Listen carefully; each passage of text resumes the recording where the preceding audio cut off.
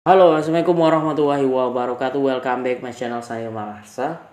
Kali ini saya membahas tentang mata ketiga atau yang dibahas dalam bahasa kedokterannya itu kelenjar pineal. Oke, sebelum itu jangan lupa subscribe, like, and comment serta share apabila bermanfaat, serta untuk membantu saya untuk bersemangat membuat video-video tentang pembahasan sains dan teknologi yang terbarukan. Oke teman-teman, sebelum itu kita lanjut aja teman-teman. Kelenjar pineal atau mata ketiga. Kelenjar pineal adalah kelenjar di dalam otak yang berfungsi menghasilkan hormon melatonin. Hormon ini berperan untuk menimbulkan kantuk dan mengatur irama tidur alam atau irama sirkadian. Itulah sebabnya jika kelenjar pineal terganggu maka dapat terjadi insomnia atau sulit tidur.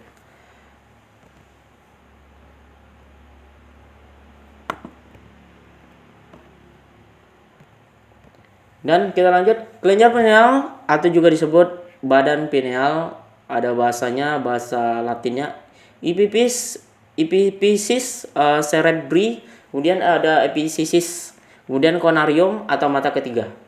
Adalah sebuah kelenjar endokrin pada otak vertebrata yang berada di sini teman, otak-otak kecil di sini kita.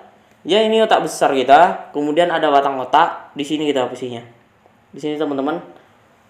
Jadi kalian bisa searching ya di internet di mana otak ketiga tuh dia di sini. Jadi kegunaannya seperti dalam hal pembukaan cakra. Jadi di sini ada rongganya 7 titik sampai 7 ke sini otak nih.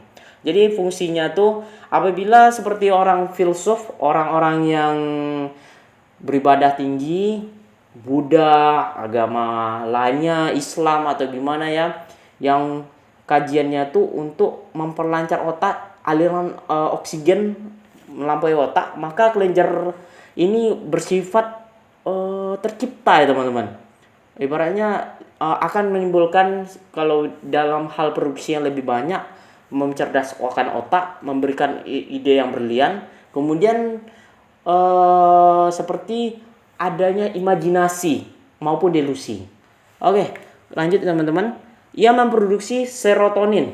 Ini adalah hasil dari produksinya, namanya zat kimia serotonin turunan dari melatonin. Dari hasil dari melatonin kemudian ada serotonin. Itu hasil produksinya. Anak turunannya. Sebuah hormon yang mempengaruhi modulasi pola bangun, tidur, dan fungsi musiman. Bentuknya mirip dengan sebuah buah pohon atau cemara mungil, namanya karenanya.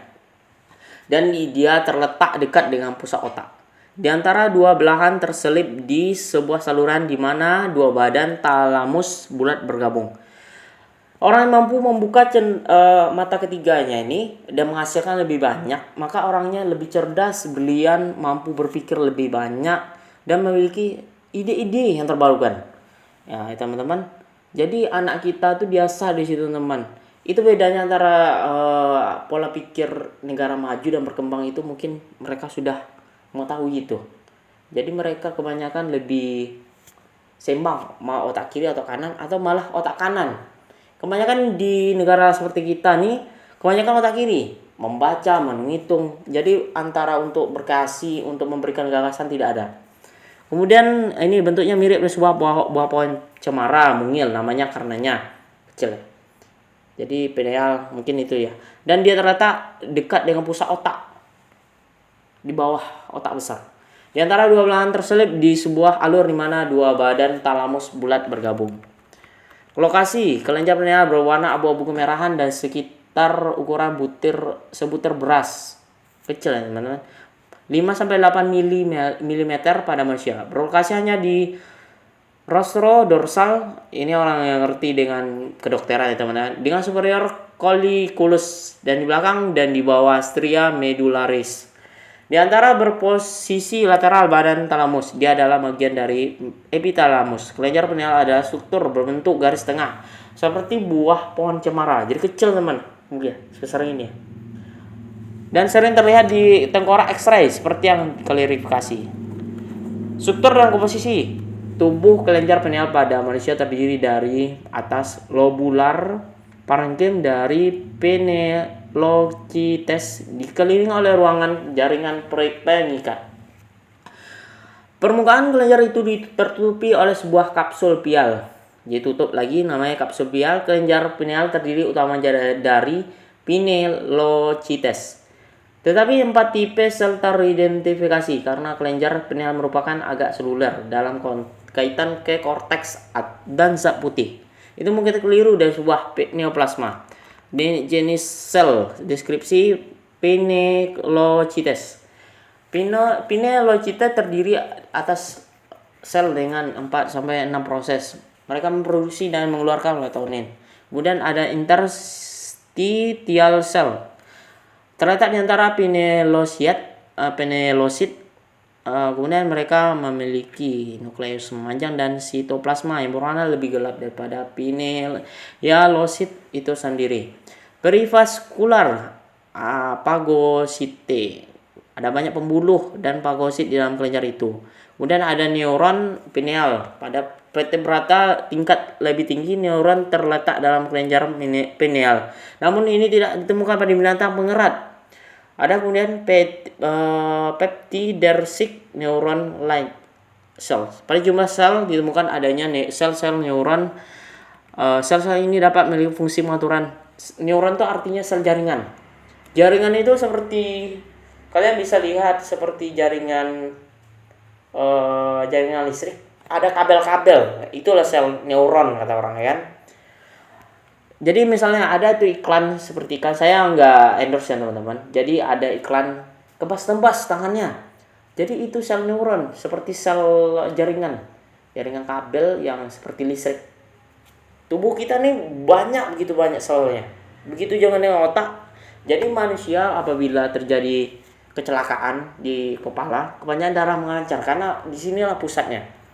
Kegunaan pada tahun 1866, 2 ahli anatomi menerbitkan 2 monograf yang berbeda pada waktu yang berurutan untuk menyusun sebuah teori tentang penggunaan kelenjar pineal. Penerbitan monograf pertama oleh H.W. de Graaf, sedangkan monograf kedua diterbitkan oleh E. Baldwin Spencer. Keduanya menemukan bahwa kelenjar pineal mengalami pembesaran ukuran pada batas masa anak-anak hingga masa awal pubertas. Jadi teman-teman, dari anak itu bayi sampai masa pubertas, jadi otak itu membesar teman-teman. Kemudian makin membesar dengan batas masa anak-anak hingga awal masa pubertas. Jadi antara dari anak-anak masa kemasan, bayi, balita, kemasan, jadi disitulah dapat kita anak-anak tuh lebih memberikan mata kuliah atau pelajaran yang lebih baik hingga sampai masa pubertas. Jadi artinya pubertas itulah masanya, berarti SMA kira ya 17 tahun ya kan ke atas. Tapi di masa dia kuliah sebenarnya kreativitasnya tuh menurun, kadarnya tuh batasnya sudah mentok dan mengeras.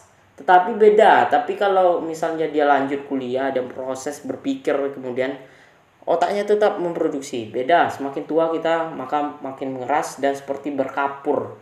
Makanya orang-orang tuanya tuh kalau tidak dia terus belajar sampai hingga ke liang lahat, kemungkinan otaknya tuh Alzheimer atau kelupaan ya teman-teman.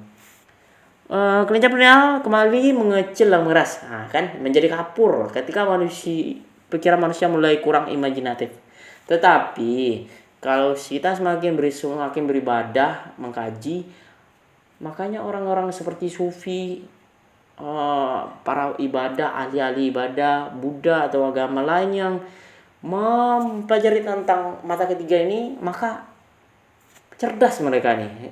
Seperti anak-anak, makin cerdas. Mulai kurang imajinatif. Pada penemuan berikutnya ketahui bahwa kelenjar pineal merupakan pembentuk hormon bernama melatonin. Jadi namanya hormonnya melatonin. Kelenjar pineal memproduksi melatonin secara aktif pada malam hari. Melatonin ini diketahui sebagai pengatur ritme bangun dan tidur bagi manusia yang mampu mempertahankan sistem imun. Oke teman-teman, sekian dari saya tentang pembahasan kali ini. Semoga bermanfaat. Jangan lupa subscribe, like, and comment serta share. Sampai jumpa di video selanjutnya. Saya ucapkan saya akhiri. Assalamualaikum warahmatullahi wabarakatuh.